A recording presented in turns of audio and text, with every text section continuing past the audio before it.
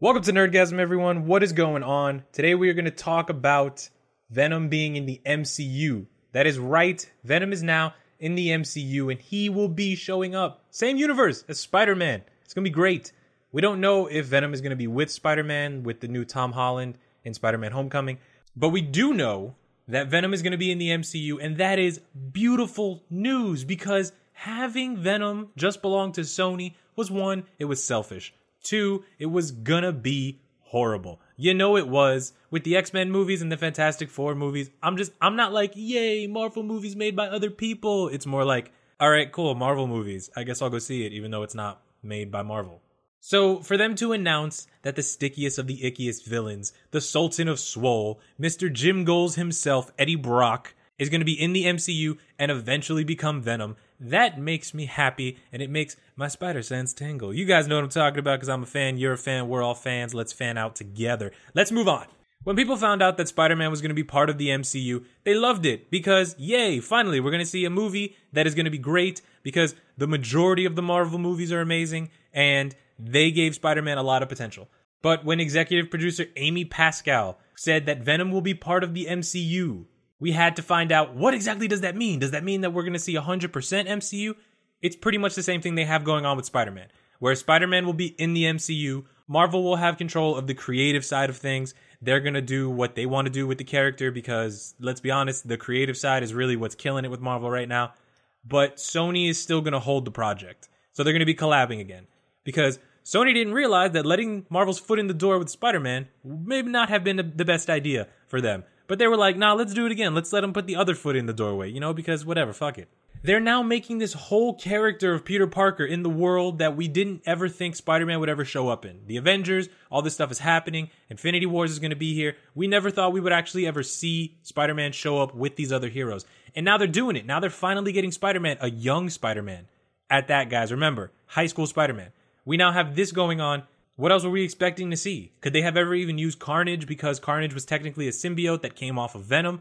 Probably not. Were we ever going to see any of the symbiotes that we loved? You have Toxin, you have Shriek. I mean, there were just so many different versions of the symbiote that were great, and they have their own storylines that were actually pretty good.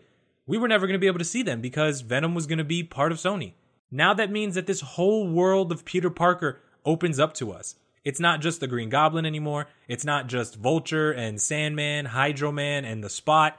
It is now one of his most iconic characters, Venom. This is like having Iron Man with no Mandarin. It's like having Thor with no Ragnarok. It's like having Hulk with no Banner. You can use Hulk, but you can't use Bruce Banner. Like that would have just been shitty. So now that we have Venom, thank you. It's like we're getting a complete character. But see, that wasn't the only thing. We also found out that Amy Pascal said that there's a chance that Tom Holland's Peter Parker would show up in Venom or in one of the new announced movies, Silver and Black. Guys, this is so great. We need to see him in the movie. I'm okay if they do a flashback thing. And maybe we see flashbacks of when Tom Holland had the symbiote, or maybe Tom Holland worked with the symbiote and then something happened. Clearly, it's not going to be the same thing if they're just jumping into a Venom movie and we don't see him ever put on the suit. But if they did it in flashbacks, or if they came up with a good reason why the Venom symbiote has spider powers, even though it never attached itself to Spider-Man, I'd be okay with that. I would live. And if you guys are like, what do you mean? What do you mean it had spider powers because the symbiote attached itself to Spider-Man? The symbiote originally did not have the ability to stick to walls and shoot webs and nullify Spider-Man's spider sense. Originally, the symbiote was just something that would go onto someone and then it would just enhance them. But as we all know, because it's a story that's been told a few times on animated series, let me just break it down real quick for you guys. Man with spider-like powers gets sent to another world where he has to fight in a secret war. Man with spider-like powers rips his suit. Man-Spider has to make a new suit, so he goes into a room where there's a bunch of machines. Man-Spider picks the wrong machine. Man-Spider unleashes Symbiote. Symbiote covers Man-Spider with brand new suit. Man-Spider takes the suit back to Earth where he becomes a hero and uses the suit because the suit enhances his already awesome abilities. Man-Spider realizes that the suit is making him go crazy and is making him have nightmares of him fighting himself. Man-Spider decides to go to Reed Richards, one of the smartest men on the planet, and get the suit taken off. When he tries to get the suit taken off, the suit tries to kill him. Oh no! Reed Richards, being incredibly smart, takes the suit off with a sonic cannon. Black Symbiote Goo Suit goes into a chamber. Black Symbiote Goo Suit eventually breaks out of the chamber and hides from Spider-Man until he's ready to seek his revenge. Then the goo finds our good friend Eddie Brock, turns him into Venom, and then of course Venom becomes a creepy man who waits in the shadows and tries to harm Peter Parker's then girlfriend, Mary Jane. It's a story as old as time, guys. I'm honestly surprised that Disney hasn't made it a movie before right now. Because come on, if that doesn't scream new Disney ride, I don't know what does. Should have made a movie about it a long time ago.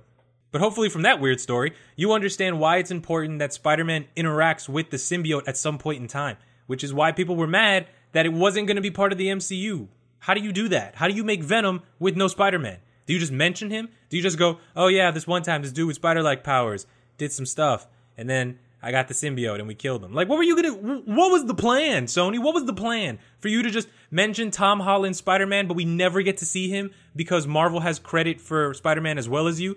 So it was just going to be a Venom that we were never going to, because there's no way Marvel would have been cool with that. But for now, the main focus is that Spider-Man wants to show up in the Venom movie. The Venom will be part of the MCU. The Venom character looks like he might actually clash with the Silver and Black movie, which would be great. I would love that, just to have more interaction.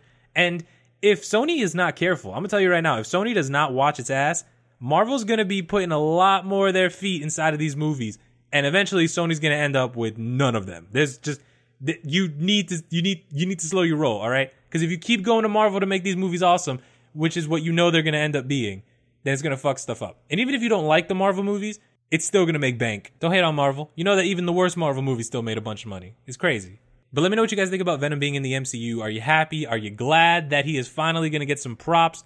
Do you want to see Spider-Man? Come on, I already know you want to see Spider-Man, but put it in the comments section anyway. What? Be interactive. Come on. I will see you guys in the next video. I might do some stuff about the symbiote now so that people can actually learn the story. You know, people who don't know, if you haven't seen it on Comic Story or Comics Explained or Comic Book Cast, you know, those awesome guys, then I will do a video for it for you guys and maybe just put a little bit of that ridiculousness in it that I ever so much love. Thank you guys for watching. Thank you for being so supportive. I'm sorry for being late. A lot of stuff has been going on. I had to take my mom to the hospital yesterday, and real life, you know, life of someone who does not do this full time, it gets a little bit complicated sometimes.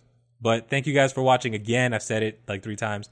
You guys are awesome. I love your faces even though I can't see them. Give the world a Nerdgasm. Remember to share it, and I will see you guys in the next one. Goodbye.